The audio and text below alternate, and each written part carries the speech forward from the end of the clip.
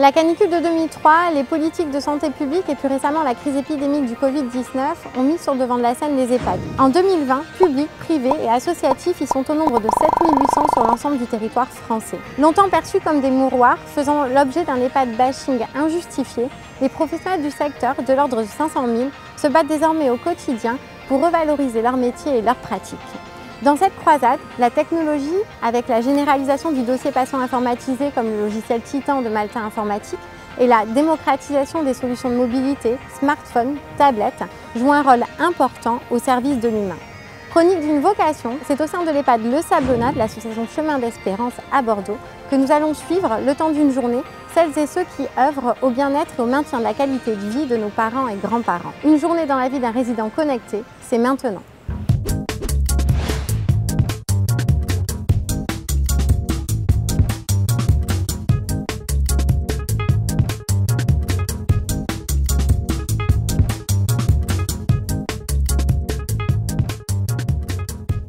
Combien de résidents vous avez en charge sur une journée type ici? Alors, on a 83 résidents en hébergement permanent, 7 en hébergement temporaire. On a 6 places d'accueil de jour et on a un PASA, un pôle d'accueil et de soins adaptés pour 14 places. Pour organiser le suivi de chaque résident et l'activité des soignants, vous êtes donc nombreux, vous utilisez des logiciels?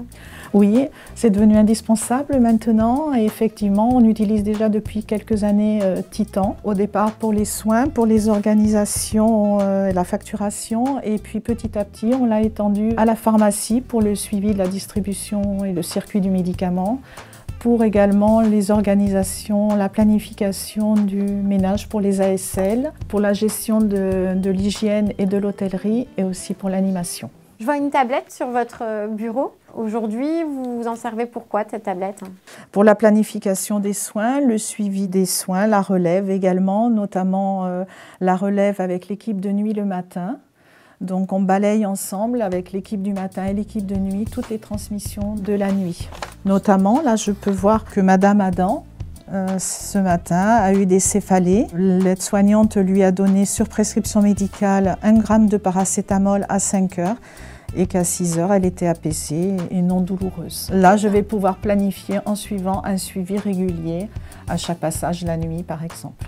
L'infirmière monte le matin avec sa tablette pour effectuer tous les soins. Elle a le suivi, les transmissions et l'après-midi également. Il n'y a aucune perte de transmission. L'infirmière a vraiment en direct tous les soins, toute la planification, le suivi du résident. Elle a même accès à son traitement et au prochain rendez-vous. Donc la tablette remplace totalement l'ordinateur et c'est un gain de temps du coup qui va permettre à l'infirmière de passer plus de temps auprès du résident.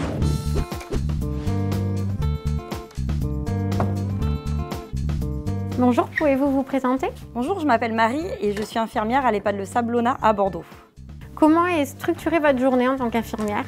Là, en fait, je vais partir donc en soins. Et vous partez uniquement avec votre tablette? Oui, uniquement avec la tablette. En fait, avec l'application Titan Nomade, je peux filtrer donc par résident, intervenant et secteur et j'ai accès à l'ensemble de mon plan de soins. D'ailleurs, là, il est 8 h et je vais faire le suivi auprès d'un résident pour une prise de température. Bonjour Madame Albert, comment allez-vous aujourd'hui? Très bien. Je vais vous prendre la température. 37, tout va bien. Température normale, mais la patiente se plaint de maux de tête. Vous avez utilisé un thermomètre connecté en Bluetooth pour la prise de température de Madame Albert. Qu'est-ce que ça a changé pour vous? Ça me permet de gagner du temps. Du coup, je fais tout via la tablette et puis il n'y a pas d'erreur de saisie parce que donc, le thermomètre envoie directement les informations. Et puis en plus, je peux rajouter des commentaires via la dictée vocale. J'ai été référente sur le projet de la mise en place de Titan. Les changements que j'ai constatés, c'est une meilleure passerelle entre les informations qui viennent du service soins et la facturation. Les infirmières pouvant rentrer les informations concernant les résidents, concernant surtout les sorties hospitalisation, congés, et qui viennent directement s'intégrer dans la facturation. Ça impacte donc votre facturation sans action de votre Voilà, part. exactement. Donc du coup, je suis autonome. Je n'ai pas besoin d'aller à nouveau chercher les informations. Elles rentrent directement. Moi, je rentre juste les informations, les variables, à savoir s'il y a eu des achats pour la petite boutique ou pour les repas invités. Je gère la facturation hébergement permanent, temporaire, accueil de jour et aide sociale. Par rapport à l'accompagnement, j'ai eu une formation de 2 jours avec un formateur de chez Titan. Mais très vite, moi, j'ai su m'approprier le logiciel. Je l'ai trouvé très vite accessible d'utilisation. J'ai beaucoup aimé aussi son interface. Je la trouve agréable pour travailler.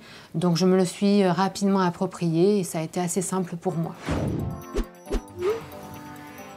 Je viens de recevoir donc une notification qui m'indique donc qu'une résidente, Madame Albert, a chuté ce matin. Donc on va aller se diriger vers la chambre de Madame Albert. Madame Albert, je viens de recevoir une notification comme quoi vous aviez fait une chute, donc je viens de prendre votre tension.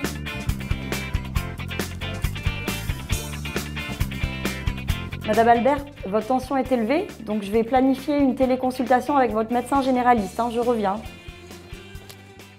Les fiches de chute, vous les consignez sur papier? Vu que j'étais au chevet de la résidente, j'aurais pu le faire au chevet, mais là, je peux directement donc, la créer, la fiche de chute, depuis la tablette. Pour la téléconsultation, vous procédez comment? Directement donc, depuis Titan sur la tablette, je peux planifier donc, une téléconsultation avec son médecin, à savoir le docteur Etes. Et comment lui il va être averti? Il va recevoir donc, une notification par SMS et par mail en précisant qu'elle a fait une chute en fait, et que sa tension est élevée. Et du coup, il va recevoir donc, à l'heure indiquée de nouveau une notification pour pouvoir se connecter en lien. Et donc vous allez pouvoir réaliser la téléconsultation simplement avec cette tablette? Oui, et je pourrais également connecter des dispositifs médicaux connectés, dont le stéthoscope si jamais le médecin veut l'utiliser. Donc on va pouvoir démarrer la téléconsultation. Je viens faire la séance de téléconsultation avec Dr Etes.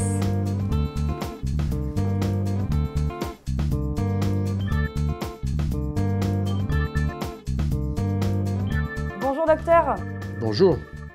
Je suis en compagnie de Madame Albert qui a chuté donc ce matin et qui a une tension élevée. D'accord. Donc je vais vous demander de brancher le stéthoscope pour que je puisse avoir des éléments d'auscultation. Parfait. Restez un petit moment.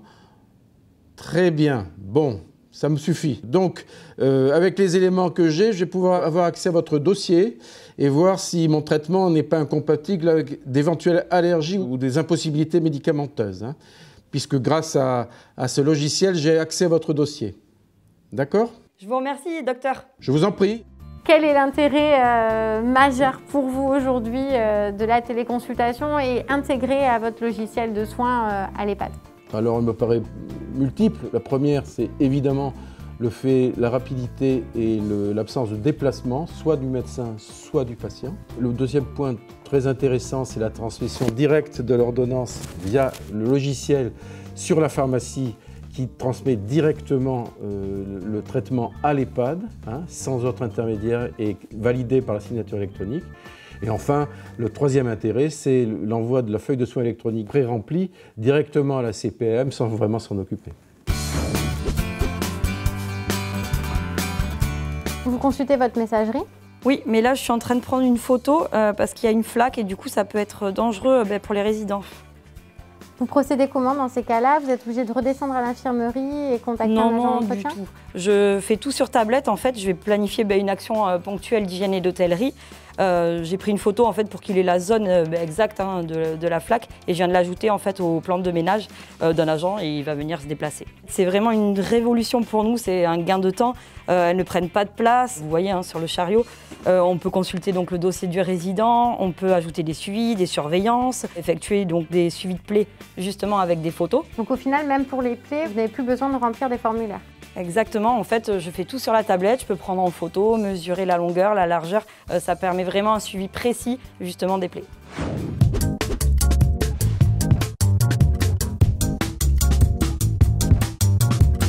On a pu voir un pilier multimètre sur votre chariot de soins. Vous fonctionnez comment avec les pharmacies? En fait, on travaille avec plusieurs pharmacies qui délivrent donc, les traitements de tous nos résidents.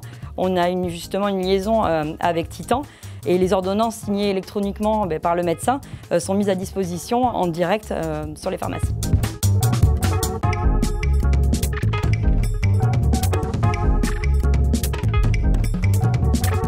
Pourquoi avoir choisi de mettre en place un système de PDA? Donc ça permet en fait une sécurisation complète du circuit du médicament avec une double validation via le semainier et la tablette.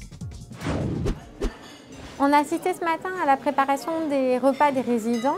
Comment vous gérez ça? En fait, ils sont directement dans le dossier médical du résident. Les cuisines, justement, elles y ont accès et ils peuvent préparer les menus de chaque résident en fonction des régimes et textures. Toutes les informations, vous les recueillez quand? À l'entrée en fait, de chaque résident, au sein de l'établissement, on effectue justement un recueil de données, ce qui permet donc de faire un projet personnalisé en fonction des habitudes de vie, des antécédents et leur état en général.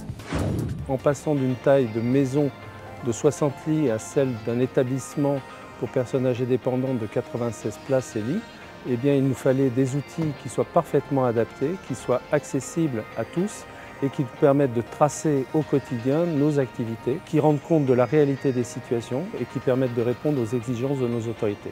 On vient de vivre une crise inédite avec le Covid-19. Comment vous êtes-vous adapté?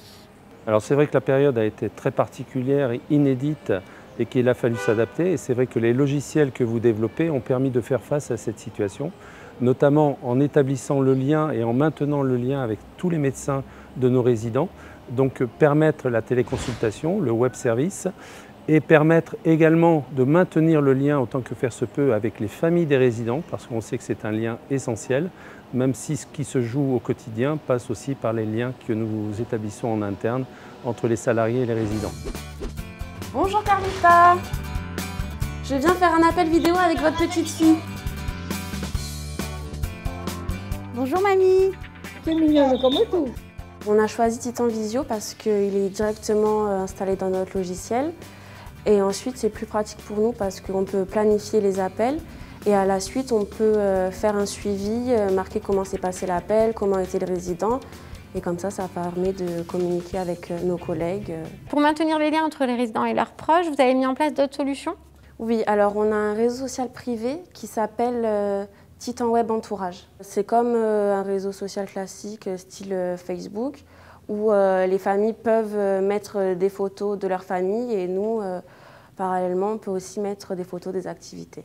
On peut les imprimer et après leur donner une trace papier. Ça s'appelle comment ce support? Le journal du résident. EHPAD 3.0, mythe ou réalité? Aujourd'hui, ça devient une réalité. Ça peut nous surprendre, mais non seulement les familles apportent des solutions pour leurs proches, mais des résidents arrivent en demandant et en exigeant d'avoir des connexions et de pouvoir communiquer, s'informer. Et aujourd'hui, le premier enjeu de l'information passe par Internet et passe par toutes les applications, aussi diversifiées soient-elles. Encore faut-il qu'elles soient faciles et accessibles, mais je crois aujourd'hui que tous les opérateurs font en sorte que justement les attentes soient remplies sur ces deux points. Bravo pour tous les services que vous développez parce qu'ils ont correspondu tout à fait à l'épidémie et à la crise que nous venons de vivre et que nous espérons être derrière nous.